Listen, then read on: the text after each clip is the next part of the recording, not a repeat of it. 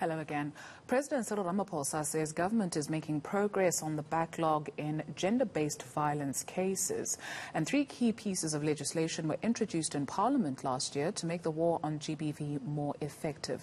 Mary Mamakgotla Makgaba is from People Opposing Women Abuse, and she joins us to discuss this further. Very good afternoon to you, ma'am. Thank you very much for joining us. So according to the President, progress is being made from the work that you do on the ground. Would you concur? Yes, I strongly concur, and having looked at the SONA, we are moving in the right direction, particularly that there was a GBVF response fund, which is there, which is led by private sector.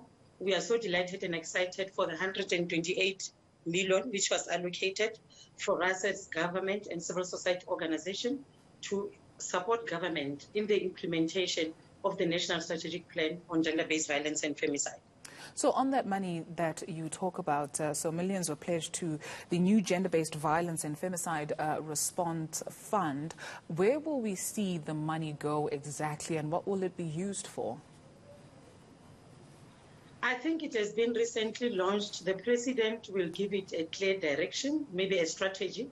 But the fund, mainly it's meant for supporting the implementation of the National Strategic Plan on Gender-Based Violence and Femicide. Remember, we already have a national strategy, which was launched by the President. We just need to implement. We've got the 6 pillars that we need to focus on, particularly for Pillar 2, which will be focusing on prevention and building social cohesion. It is very imperative that as we start implementing the NSP, we focus on teaching young girls and boys from early childhood services, like for instance at grade R, to learn about equality and respect, because gender inequalities are the ones that are creating the high scourge of gender-based violence in South Africa. You also look at Pillar 4, as People Opposing Women Abuse and other civil society organizations. It's about response, care, support and healing. We'll continue with offering psychosocial support services to our victims, making sure that they get face-to-face counseling, individual counseling, group counseling, empowerment of women, including sheltering of women, particularly when they're running away from the abusive relationships.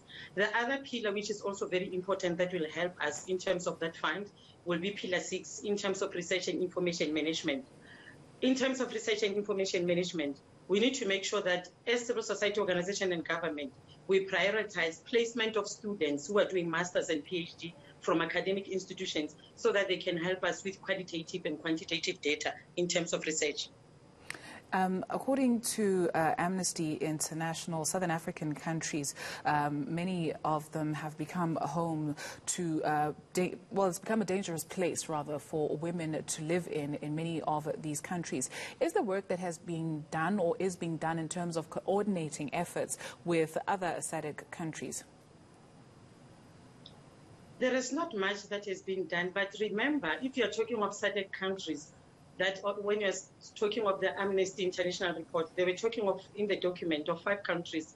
That is Mozambique, that is South Africa, that is Zimbabwe, that is Zambia, Mozambique. Yeah, I think there are 5 countries.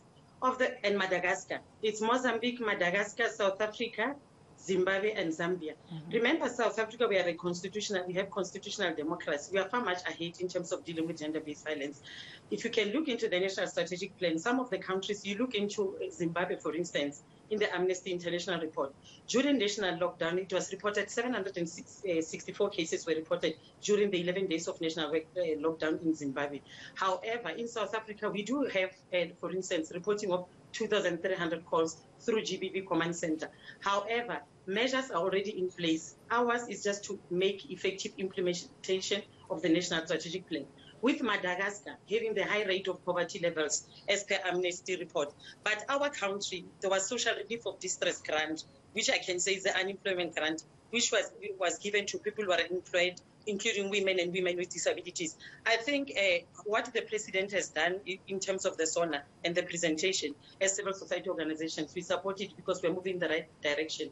We appreciate much efforts that government is doing because we are far much ahead compared to those countries that I'm talking about, Madagascar, Zambia, Zimbabwe, including Mozambique. You appreciate the President's efforts, and that's where we'll have to leave it, and perhaps some coordination in order for South Africa maybe to help with other countries as well. We're all in this together. Thank you very much. Mary Mamakgotla Makgaba from People Opposing Women Abuse.